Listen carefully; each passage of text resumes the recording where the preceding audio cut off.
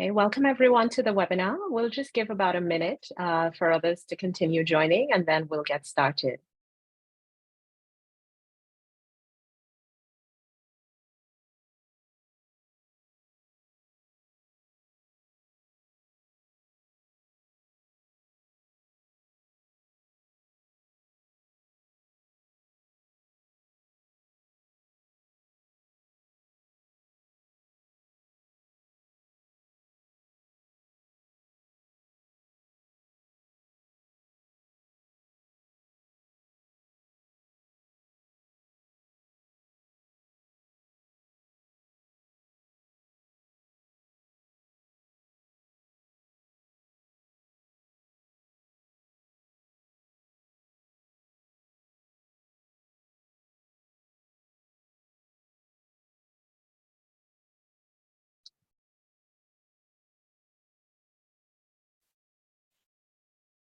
Okay, good day and welcome to the Pearly Health Center of Excellence in Frailty Informed Care webinar series.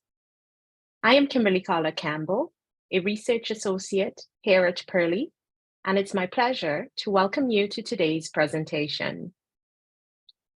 Before we begin, I would like to let you know that any questions or comments you may have can be typed into the Q&A area at the bottom of your screen, and our moderator will field them to the presenter at the end.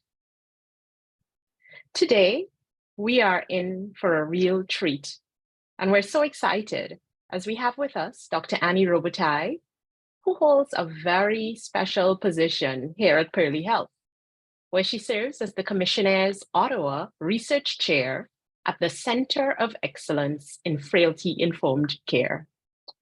That's quite a mouthful, isn't it? Maybe Annie, you could tell us a bit more about that after the presentation.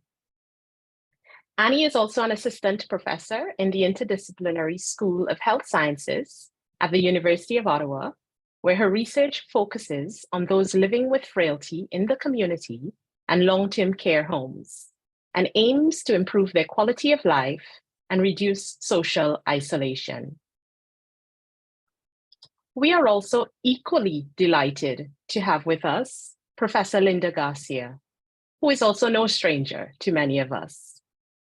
Linda is a full professor in the Interdisciplinary School of Health Sciences and founding director of the Life Research Institute at the University of Ottawa, where she has used her leadership skills in multi- and interdisciplinary settings at local, national, and international levels. In addition to founding the Life Research Center, Linda was also a central figure in the creation of the Audiology and Speech Language Pathology Master's Program, the creation of the Interdisciplinary School of Health Sciences, and the creation of the doctoral program in Rehabilitation Sciences at U Ottawa. Linda's research focuses on the experiences of individuals living with dementia. Now, equally exciting is that this session will be moderated by Michaela Adams. And Michaela is a research associate here at Pearly Health. And I hasten to add that she has recently graduated with a master's in interdisciplinary health sciences from U Ottawa, where she was supervised by both Annie and Linda. And so, without any additional delay, I extend a warm welcome to Annie, Linda, and Michaela, who will be joining us in the Pearly Health webinar series. I know we're all eagerly anticipating their presentation that they'll be sharing with us. So I pass it over to you now, Annie, for you to begin.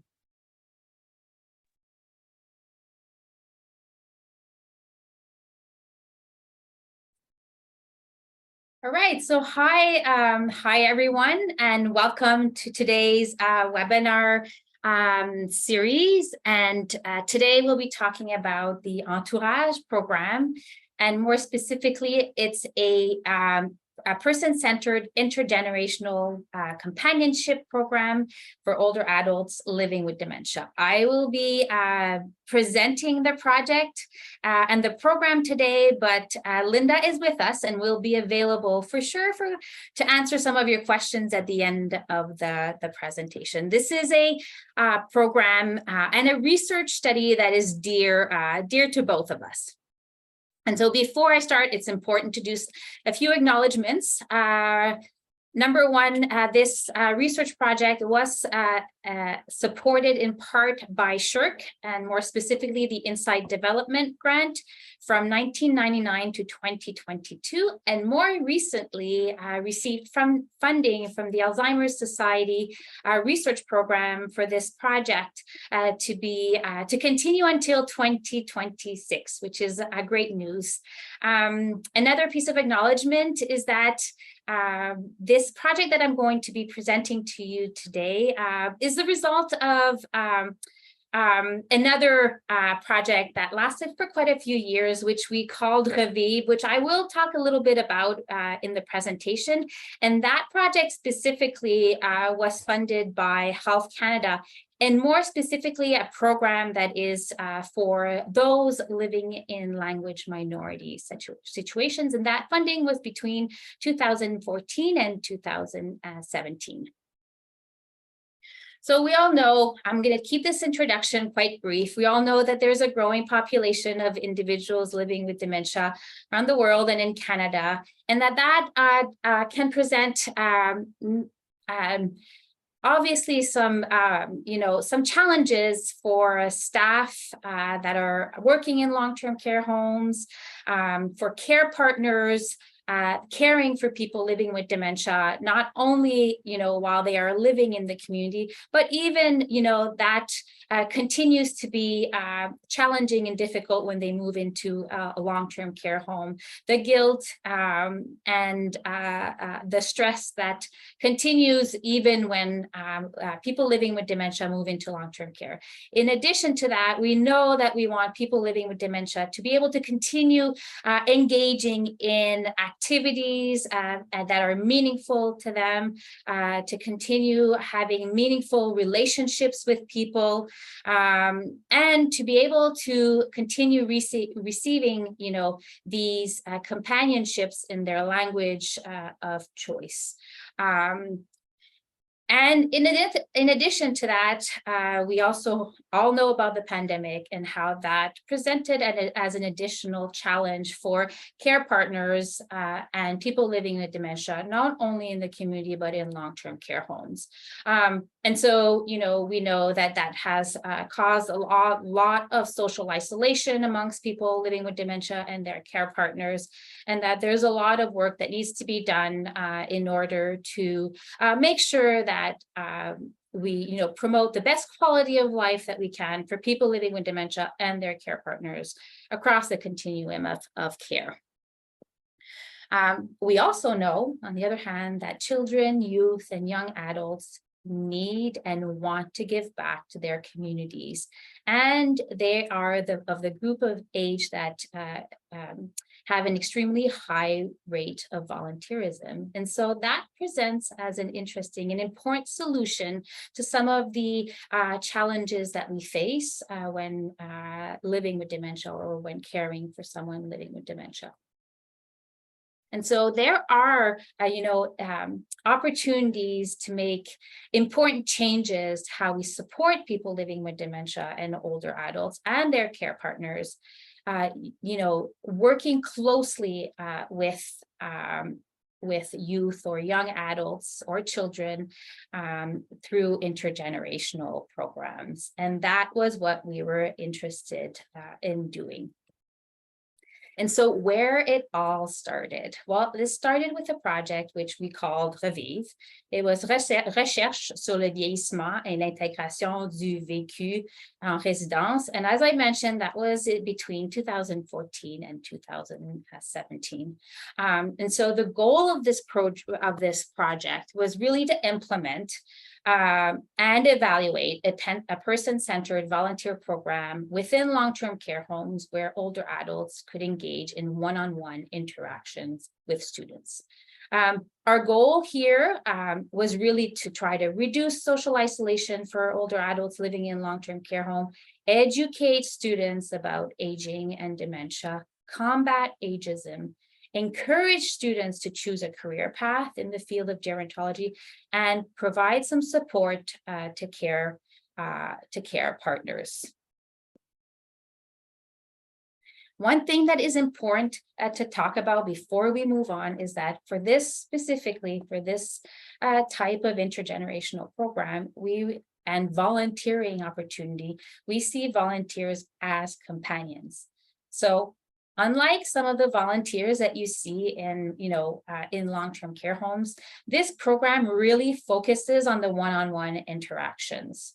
And so companionship is really about being with each other in a way that is meaningful to each other, rather than defining a set of specific activities. And so unlike some of the volunteering activities, which are also important but different than this program, the volunteers go in and they're not volunteers specifically for the long-term care home, for example. They are volunteers. They are companions to the person living with dementia and their care partner. And so, their main focus is to go into the long-term care home, connect with the person living with dementia, be in the moment, really do what they feel like doing on that day, participate in activities that are meaningful to them. If it means looking at pictures that day, or going for a walk that day, or anything else, going to arts, that is what the companion will do. It's not about doing tasks for the long-term care home. And I think that's an important distinction that really needs to be made, because that was key to Revive and is key to the current program, which we now call EntourAGE, and which I'll talk about a little bit later. Another thing that is really key to this program is that the students the students that participated as companions were asked to volunteer with the resident twice per week for 2 hours, and the resident was matched with 2 students. And so you can imagine that for someone living in long-term care home, that meant that they received, 4 visits of approximately 2 hours per visit by 2 students. So 4 visits per week, and in total about 8 hours. And for that project specifically, we were asking students to commit for a duration of approximately 12 to 8 months. And this was really, the first pilot project, but you'll see still quite comprehensive and ongoing, in the sense that we were really trying to learn, okay, what works well, what doesn't, what do we need to change in future iterations, right? And so the process of this intergenerational program, which is also the process which we use, with the current iteration, is that there's the recruitment in university and high school, and then there's an initial interview just to have a conversation with the student and to see whether or not this is a good fit for them. We also ask them, obviously, there's the consent form, and then they complete an interest guide. We're really trying to see if we can, what are their likes, their dislikes, what are the sports, if they have any, the things they're interested in, and see if we can, as much as possible, match them with residents that might have the same interests as them. They also have an extensive, amount of training that they receive. So training on functional limitations. We used to have training on, dementia. We had training on linguistic sensitivity, because this project really also had a goal of making sure that we would have students that were both Francophone and Anglophone, so that they could be matched with residents that were Francophone and Anglophone as well. There was also the long-term care home specific requirements. So depending on where the students were matched, they would complete the training that was specific to that long-term care home. There was also things like, for example, the vulnerability sector check, with which all the students had, the TB test, additional vaccinations that they needed. And then they were matched with residents in a long-term care home of their choice. So we had, a list of different long-term care homes that they could choose from depending on where they live and transportation. And then they were matched with a specific person that they would start visiting on a weekly basis, so twice a week for a duration of 12 to 18 months. In addition to that, we provided those students with a continued development session. And what that was that on a monthly basis, either we presented them with, a presentation that was meant to provide them with additional training, so additional training about dementia, for example, or they got to meet care partners of people living in long-term care homes to get their perspective and to get their feedback. Or they also, some of the sessions were really around having all the students get together and learn from each other. What did they do in their previous visit? How did that work? What were some of the challenges they faced? And they also had an opportunity to talk with us about some of those challenges.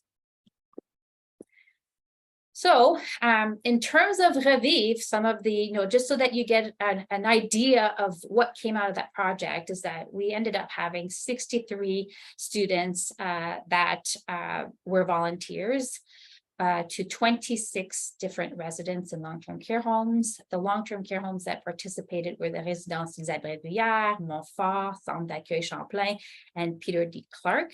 And you can see the number of visits on average. Each student would do approximately 35 visits, but it ranged depending on, some only did 4 visits, and then maybe this wasn't the right volunteering opportunity for them. And then others went on to doing 112 different visits. They completed on average 92 hours each, and the average amount of time per visit was 1.5 hours.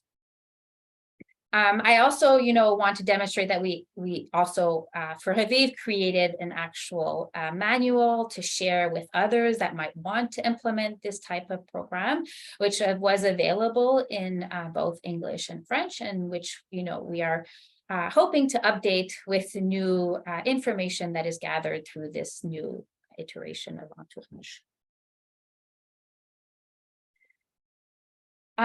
Through Revive, we also had a lot of lessons learned. And so we did have an exit survey for care partners and the students in order to get their feedback around, what worked well, what were some of the challenges. And here are some of the things that we took away and that we are still trying to, address in the current iteration of the program. And so recruiting and retaining high school students was really challenging when we ran Revive. And I think we are working around that. We have closer collaborations with some of the school boards now, you'll see. And so we are hoping that this will make things a lot easier starting in September. We also highlighted and learned of the importance of the project coordinator. There are many different long-term care home specific requirements. This needs to be managed by the project coordinator. There were also frequent outbreaks. This is before the pandemic, but we had to deal with quite a few different outbreaks, especially in the winter. And that meant, a lot of communication and a lot of managing of the students and the visits. We also realized that the monitoring of the visits was also very important to make sure that the students were actually doing their visits, and to make sure that if there were any things that had happened or challenges, that the families were made aware of, possible changes in the visit scheduling and so forth. That led us to also realizing that communication was especially key in this kind of program. So initially we had communication with the students, we had communication with the family members and the residents in the long-term care homes, but the students did not have direct communication with the family members. This we found out was, problematic. And so we changed that. And now, as you'll see in the current iteration, students can easily communicate with care partners and residents on their own through email or telephone. And that really has an impact on the relationship. And, for some of those students, what we have learned, even in Revive, is that they actually found out that or learned that they gained more out of their volunteer experience than they felt that they had given to the resident. They actually, for some of them, talked about feeling like they were part of the family of the resident, that they could, talk to them about some of their personal issues. And so it was, and that communication with the family also helped them in terms of their visits with the residents, getting some feedback around, okay, what does the resident likes and things like that. The other thing that we learned is that this summer period is very challenging when you work with students, especially university students, many of which go back home for the summer. And so, which is why you'll see we actually changed, instead of it being a 12 to 18 month commitment, we now have it from 4 to 12 and onward, so that students that actually are going back home for the summer can still have an opportunity to participate in this project. And we've also realized that oftentimes, they'll participate for 4 months and then realize that they love the volunteering opportunity and would like to stay even longer. So where are we now? So now we're on to, gave it a new name. Revive was, when you say it out, it's francophone, and so it made it harder for people to connect with the name of the program, and so we've changed it to EntourAGE. And similarly, this project aims to implement and evaluate a person-centered volunteer program, this time within the community and in long-term care homes. So Revive was really only in long-term care home. This one is within the community and in long-term care home. And this program specifically is tailored to individuals living with dementia. Revive was older adults in general living in long-term care. But again, the goal of this program is to reduce social isolation, educate students about dementia, combat ageism, make sure that students think about a career path in aging in the future, provide support to care partners of people living with dementia as much as possible. And really, ultimately, what we want is to improve the quality of life of older adults living with dementia in the community and in long-term care homes. It is exactly the same, format where people living with dementia, whether they're living in the community or living in a long-term care home or living in a retirement home, are matched with 2 students, unless they choose. We have some family members and some people living with dementia who prefer being matched with only 1 student, and that is a possibility. But they do have the opportunity to be matched with 2 different students and receive in total 4 visits per week. And as you can tell, now it's a 4 to 12 month program. I say 4 to 12 months. That is really for the research component. That doesn't mean that they stop volunteering at 12 months. That is, our hope is that they continue volunteering as long as possible, but we stop collecting. You'll see we collect data, we're researchers, but they can certainly continue volunteering as much as they want afterwards. And many do continue volunteering after the 12-month period. And also, that shift to that shift, including people living in the community, was also in part a result of the pandemic. So just picture we, received funding from SHRC. Before the pandemic, we had received ethics approval right before the pandemic, and then we were about to start volunteering in long-term care homes, and boom, everything shuts down. It's the pandemic, and so we kind of had to adapt. But I think it actually is a good thing. Not the pandemic, but the fact that we shifted around away from just offering volunteers in long-term care homes. So what we've learned is that, a lot of people living with dementia, and through our partnerships with the Champlain Dementia Network and the Dementia Society, we really learned that, care partners of people living with dementia in the community and in the long-term care home were both really needing some support from volunteers, and could really benefit from that extra companionship time. And so our current EntourAGE is really a team, a partnership effort. And so we work very closely with the Dementia Society of Ottawa and Renfrew County, and very closely with the Champlain Dementia Network. I put the social at the cafe on the side, introducing the social at the Daisy Cafe. I put that there because it's just a demonstration of, of this partnership. So volunteers that participate in the EntourAGE program have the opportunity to also join the social through the Dementia Society. And this is, great for the Dementia Society, but also great for the volunteers, because it provides them with an opportunity to learn more, to be more ready for when they start volunteering one-on-one. And this is really a result of the partnerships that came through as a result of the additional funding that we received from SSHRC and the Alzheimer's Society of Canada. In addition to the partnerships with the Dementia Society and CDN, we also have a joint intergenerational program committee, a JIP committee, which we meet approximately, I'd say about quarterly, and that committee includes people living with dementia, care partners, volunteer coordinators from various different long-term care homes and retirement homes, representatives from, day programs.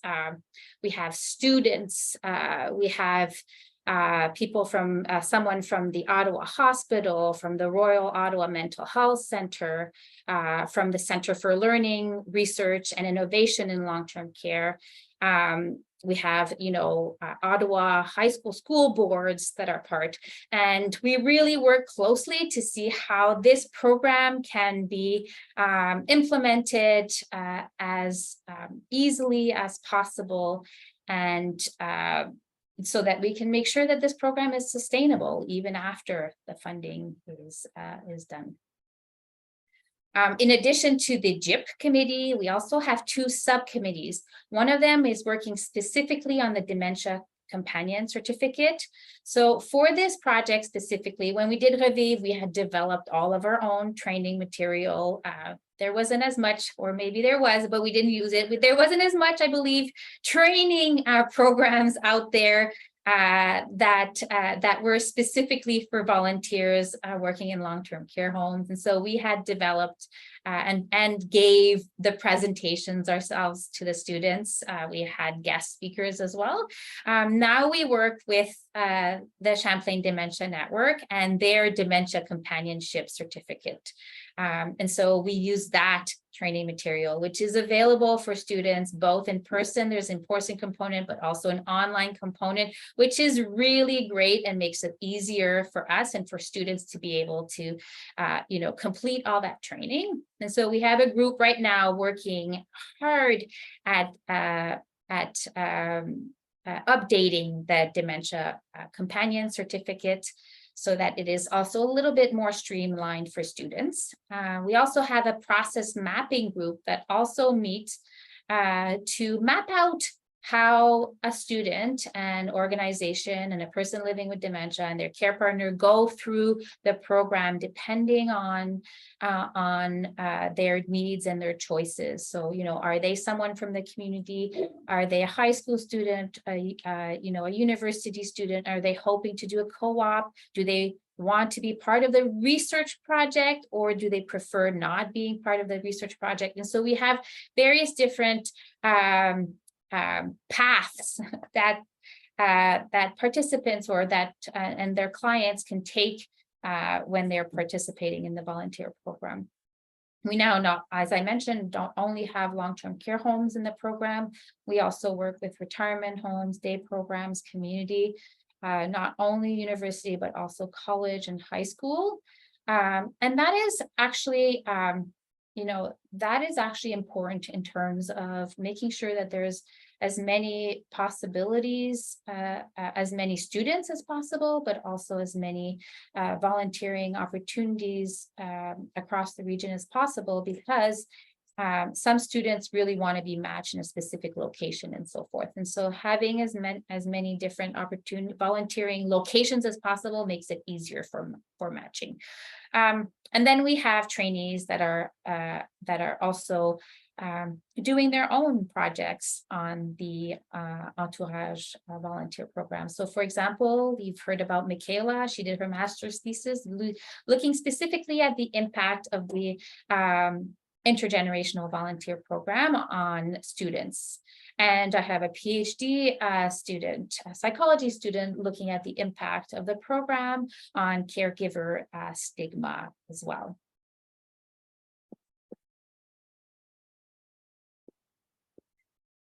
So I also mentioned that we now work with the Champlain Dementia Network for the Dementia Companion Certificate. And so it's actually using the Thinkific platform, again, all about trying to make this program as sustainable and as easy to implement as possible. And so students can complete their program through the Thinkific platform. There's various different modules. So for example, modules so that students can gain an understanding of and empathy for people's experiences with dementia and what's the impact that a companion can have on someone living with dementia. Describe, and there's a module really around describing and exploring the role of a companion. There's one about communication skills, so building awareness about how we communicate and understanding the person's perspective and strategies that can be really important and key for the volunteers when they are communicating with people living with dementia, and so forth. And so I also mentioned the Dementia Companion Certificate because regardless of whether or not students end up being matched and volunteer, the fact that they are completing the Dementia Companion Certificate is exceptional in itself. We all want students to have more awareness of dementia, more knowledge about dementia.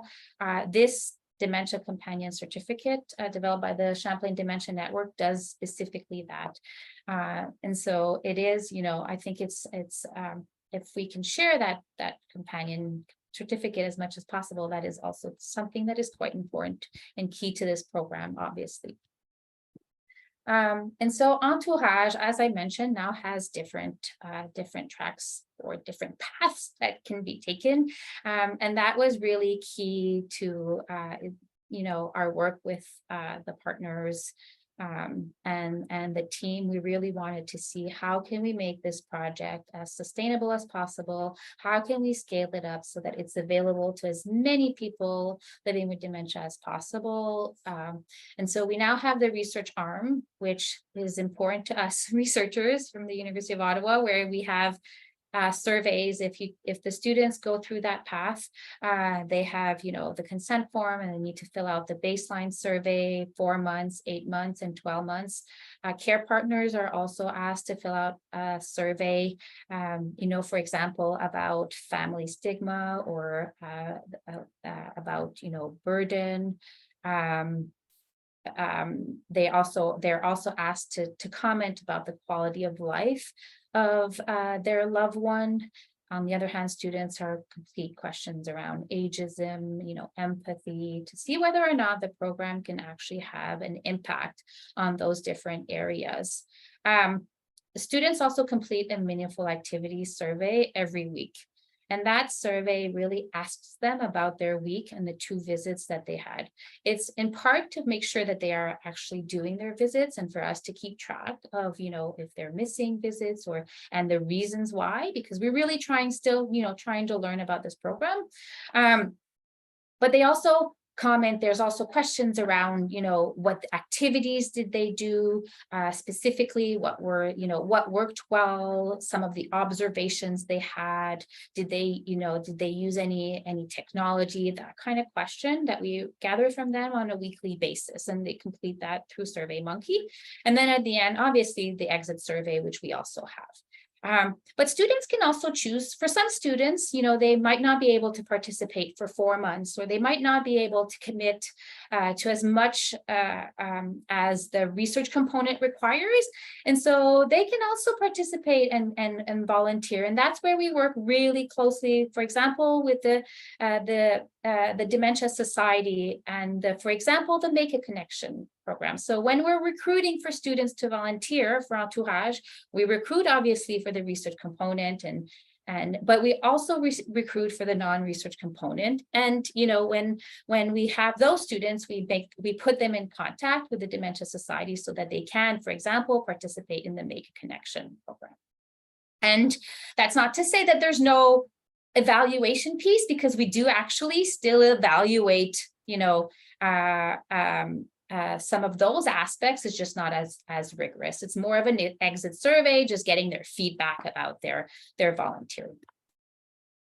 Now, the current numbers. Now, as I mentioned, this is an ongoing program. It's going to be ongoing until 2026 and maybe even longer if more funding comes. And regardless, even without funding, the hope is that this can, by then, will be sustainable without external funding. And so in terms of students, we've provided 177 students have provided consent.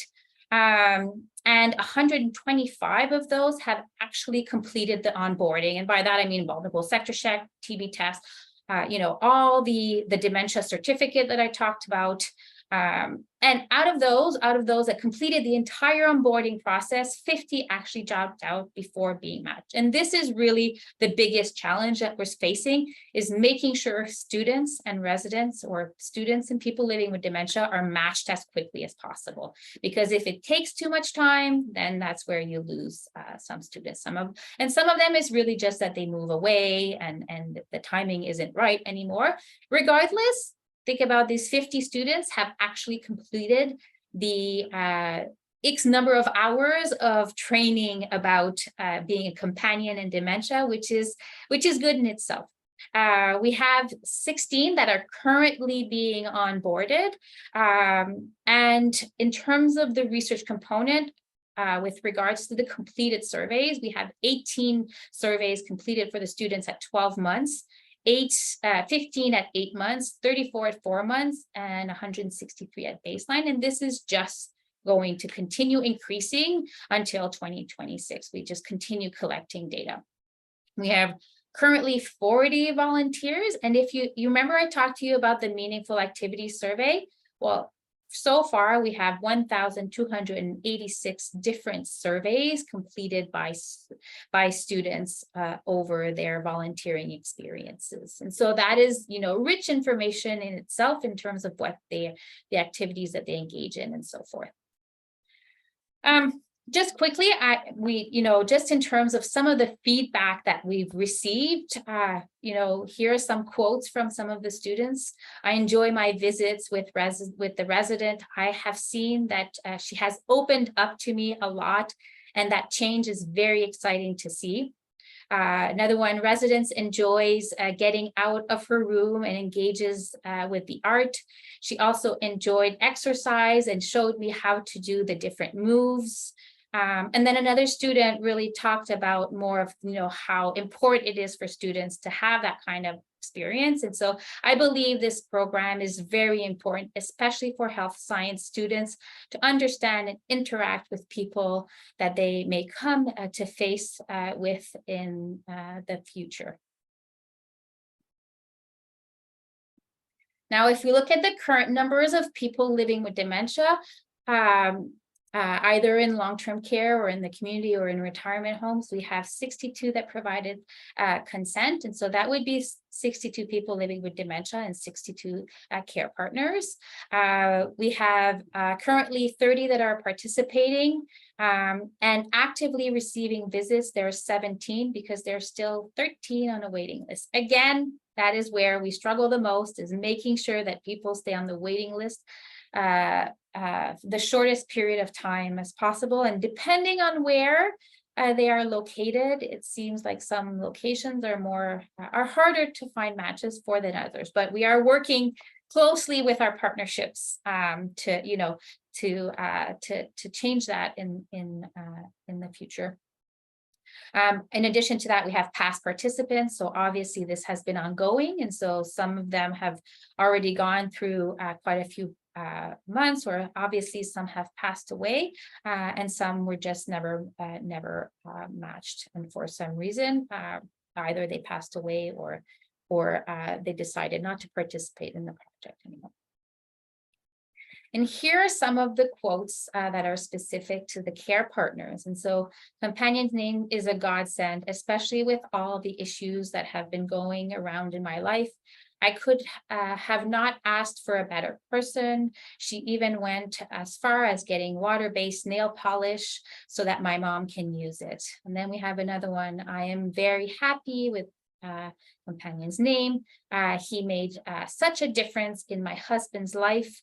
When you were matching him with another student, I thought I would be losing that person, but had totally forgotten that we will be getting two companions. And so the fear of that's also sort of highlights the importance of continuity in volunteers, right? And so that is really the importance of this program, is forming relationships over time, right? And so when you always have a new volunteer coming to visit, it doesn't have the same feeling as when you're matched with the same individual over an extended period of time, and they really build, a relationship over time and get to know each other. To give my mom an opportunity to act with young people who could speak Spanish. And so we've also had requests, from some family members where they really want someone of a specific language or culture, and we can work with the University of Ottawa or work with the high schools to actually find that student that meets those needs. So we sometimes do, specific recruitment calls for a specific student with a specific language, just to make sure that we can meet the needs of the person living with dementia. Finally, this is Pearly Health Center of Excellence webinar. And so I thought I'd just highlight also some of the Pearly Health specific statistics here. And so for Pearly Health specifically, we've had 19 students matched so far with 14 Pearly Health residents. There are currently 8 that are actively volunteering. And in total, Pearly Health has received 156 visits from our EntourAGE students for a total hours at 655 total hours. And so that is just specifically to Pearly Health, but it just highlights, the impact that EntourAGE and the volunteers can have in a long-term care home. So what next? Well, we are still working on streamlining the onboarding process. We want to make sure that the matching is done as quickly as possible. That is something that we are still working on with our partners. We want less delayed matching. We want to make sure that we retain students. And what we've learned is that if it takes too long to match, that's where you lose students, and you also lose people living with dementia. So in order to meet that, we are also looking for, more partnerships, more long-term care homes, more retirement homes, more opportunities in the community. And we are certainly not looking to only offer this program in the Ottawa and Gatineau region, but also, across Ontario and any other province wanting to implement this kind of program. What we want is for this to be shared as much as possible, used as much as possible across Canada. To help with that, there is a website coming soon. I was hoping it would be available today, but there's still some work to be done on it, but it is coming, and that will certainly help in terms of the visibility and access to all the material that is available about the, how to participate, how to contact us. The training will be made available directly through the website and all of that. And so here's our contact information. Oh, and one thing I want to mention is, if you look in the picture on the right, that is actually Mohammed.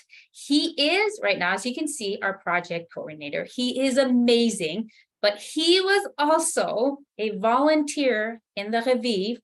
So when we had the project run in 2014 to 2017, he was one of the volunteers. As a result of his involvement in this program, he decided to do a master's program in gerontology, and he is now the project coordinator for this project. So if that is not a success story, I don't know what is. And I think that's it. So maybe I can stop sharing and we can open it up to questions. Wow, thank you so much for that incredible presentation. It's so nice to see all the progress that's been made on the project. So I would encourage all of our attendees today to post your questions in the question and answer box. And it looks like we've already started receiving a couple. So I have one question saying, I may have missed this, but could you note again when the EntourAGE program began? Yeah, so it started right, well, a few months after the pandemic. So what was the exact, Linda, do you remember the exact? It was meant to start right before the pandemic. I think it was meant to start in 2019, maybe. Trying to remember the. I'm guessing the summer of 2020. I think so, yeah. It was meant to start before the pandemic. There were quite a few delays. We had to work really hard with ethics to see how we could continue this program. But a few months after the pandemic started is when we actually started EntourAGE. But before that, we had Revive as well. Mm-hmm. And we have another couple of questions. Looks like we're getting quite a couple. What metrics must the volunteer meet to be considered an active volunteer? Oh, yeah, I understand that's a little confusing. So we have volunteers that are active, meaning that they have completed everything and they are matched and actually started volunteers. There are other volunteers where they've completed everything, they might have been matched and they are really super close to starting their first visit, but they might not be currently actively having started their 2 weeks, their 2 visits per week with the person living with dementia. Mm-hmm. And it's an ongoing, we gain some, we lose some, we are continuously recruiting more students, and we are continuously adding people living with dementia and their care partners that want to participate in the program. It's an ongoing recruitment process. Mm-hmm. Very much so. And what is the role of the long-term care home or retirement home partners in facilitating this type of program? Yeah, well, you know what, that is really home specific, I'd say. And so, we have some homes, for example, that play that they, for example, would want to interview all the volunteers. We interview them, but they will also interview them as volunteers in their own home.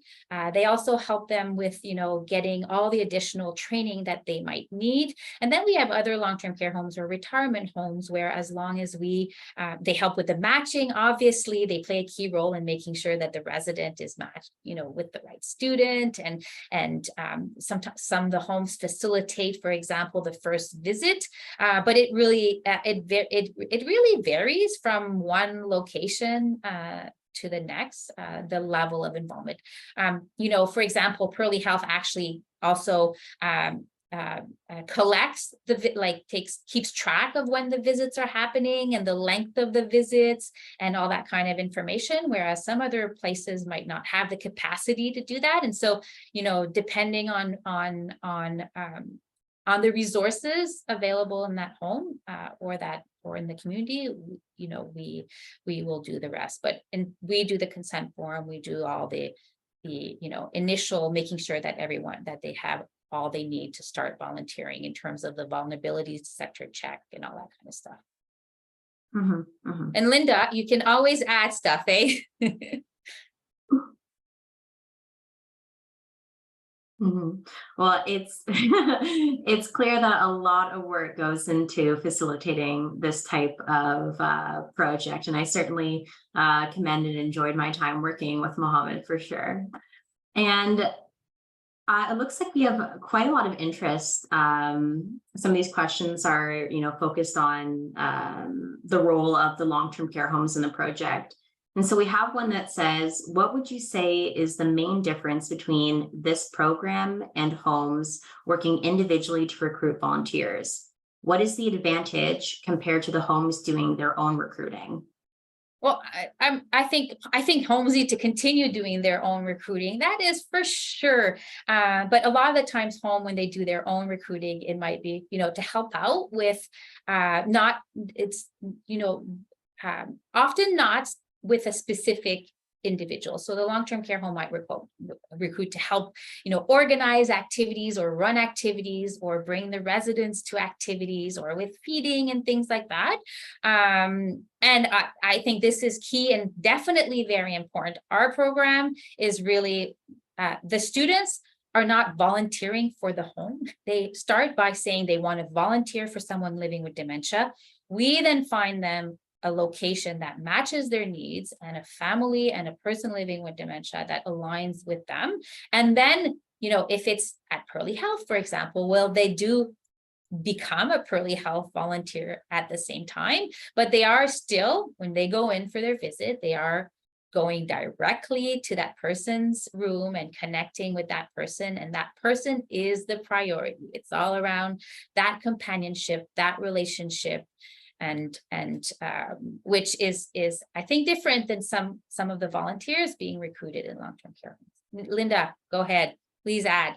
Yeah, well, I was just going to add, to the extent that volunteers have told us, like in their comments, you know, I'm her legs or I'm her speech, like they really are so intertwined with the resident that it really is about that resident. It really isn't about, and it takes a while to get that distinction, but it's a very important one. And I have to say, for me, that's where the aha moments lie.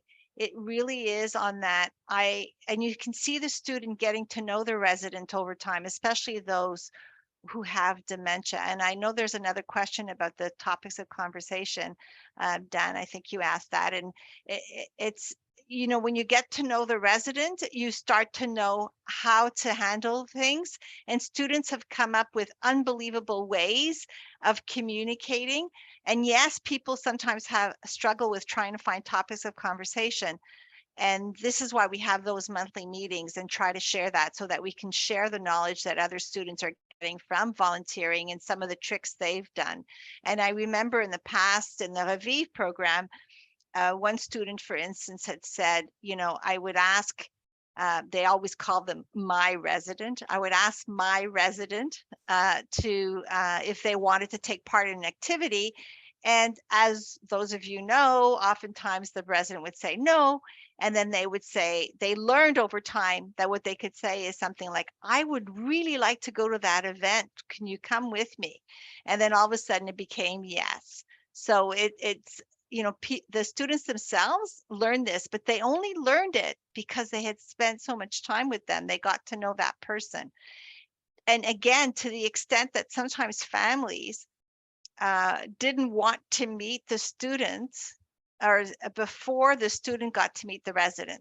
Reason being that families come with preconceived notions of what that family member is and what they can and can't do. And they found that the students discovered things that they themselves didn't know worked with their family members. So they didn't want to sort of bias the student. They wanted the student to meet the resident first, and then they would meet the student and discuss. And that was a way of them. So that I think makes it very different from volunteering for a home and doing things more globally.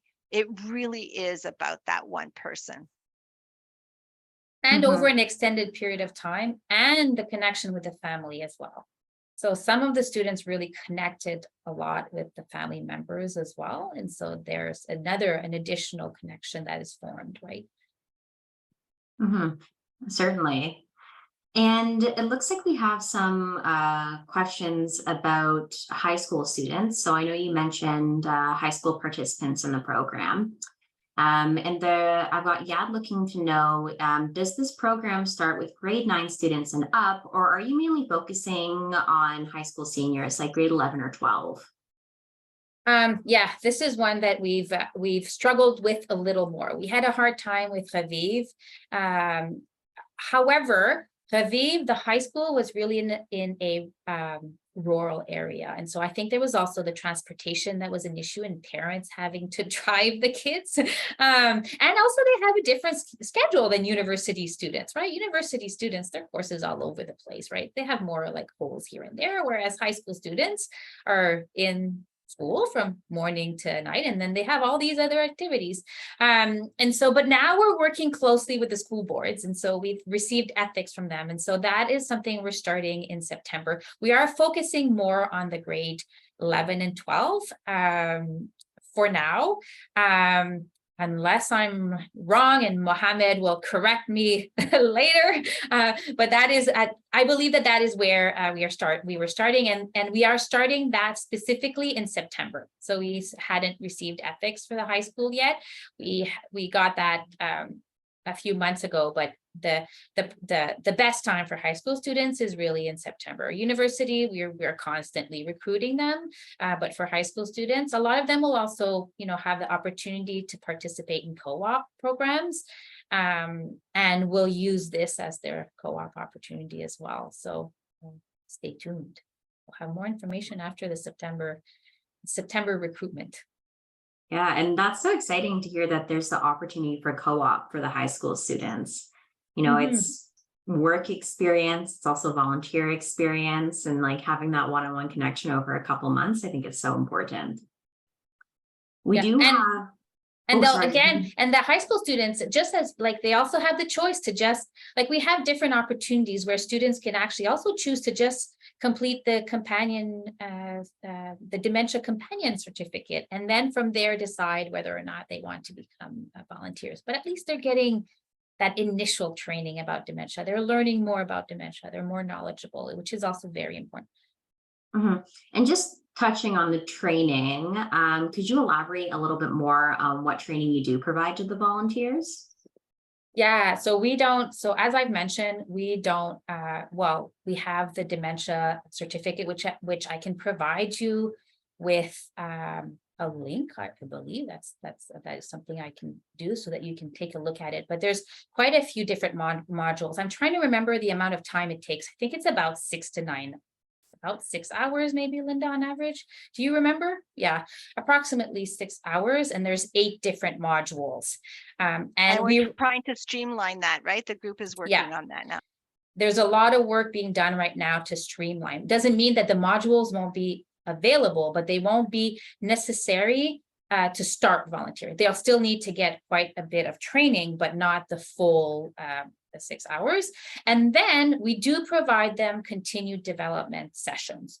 And so for now, these have mostly been, over Zoom, live. And so we've had people give presentations. And normally what we do is we actually consult the students. And so, where would they need extra help? We've had presentations about specific approaches that they can use. They've had presentations from care partners. Linda, can you, I don't know, remember others? think Tipa Snow was a few there. So Yeah. emotional and spiritual health, I think, was also one.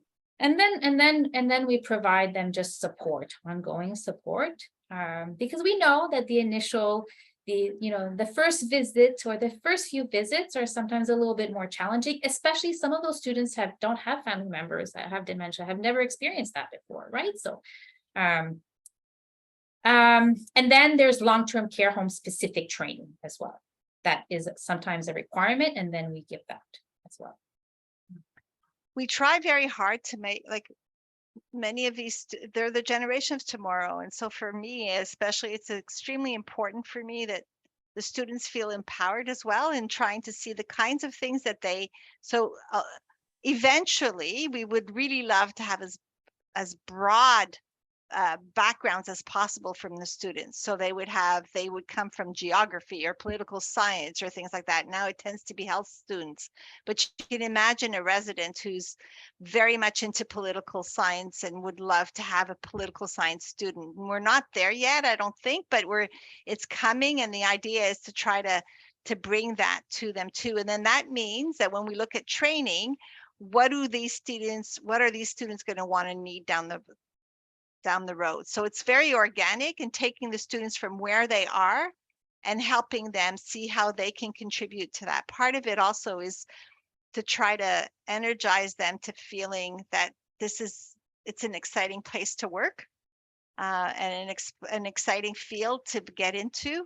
We know that, that's especially in long-term care, they're getting a bum rap in the media. So oftentimes because of COVID. So it's kind of nice to try to do part of that as part of the training as well. Mm-hmm. And it looks like we're going to have to wrap up with this one final question. And of course, any additional sentiments that you want to express. But what criteria is used to assist with matching the students to residents? Yeah, we have an interest guide that we ask them, like, again, as I mentioned, if they play any sports or things that they like and stuff like that. We had, developed this, questionnaire that we provide to the students. And then but we also have conversations with, long-term care homes, because they also help us in terms of matching some of the residents, and the family members also have a say. Actually, I'd say that, culture also plays a big factor. Cultural preferences, language is one that we often get requests. Sometimes it's, they want to have male student, or like all those different factors are all taken into account. And so we ask the person living with dementia or their family member, and we ask the student, and then we try to match as much as possible. There's also the fact that some students want to go to a specific long-term care home for travel purposes, and we also prioritize that as well, because if we match them in a home that is too far for them, believe me, that is where we are going to have more dropout, and we don't want that. We want a nice, ongoing, easy relationship, and so we try to facilitate that as well, which is why sometimes some certain matches take a little bit longer. Yeah, it seems like some locations are more popular than others. Certainly. Well, thank you so much for participating in the webinar series. I'll loop Kimberly back in. Oh, thank you. Thanks very much, Annie and Linda, for a really insightful presentation. And of course, to you, Michaela, for facilitating the question and answer segment. And I see we had questions from asking all sorts of things, from what is the, what do the homes have to do? What do the students have to do? What are the criteria? And so there's general great interest in this project. And I'm sure there'll be opportunity for Annie to present some more about this as our webinars continue. But I'd like to ask two things before we leave this webinar. The first is that you complete the feedback survey, which will pop up on your screen when exiting the webinar. And the second is that we would like to invite you to look out for more information on our social media and web pages about our next webinar, which will take place in September. So we take a bit of a break for the summer, but we return with a bang in September. So stay tuned for more information on that. But I'd like to end again by thanking everyone for attending today. And of course, thanking again Annie and Linda for a wonderful presentation. And we look forward to seeing you at our next webinar in September. Thank you, everyone. Bye-bye.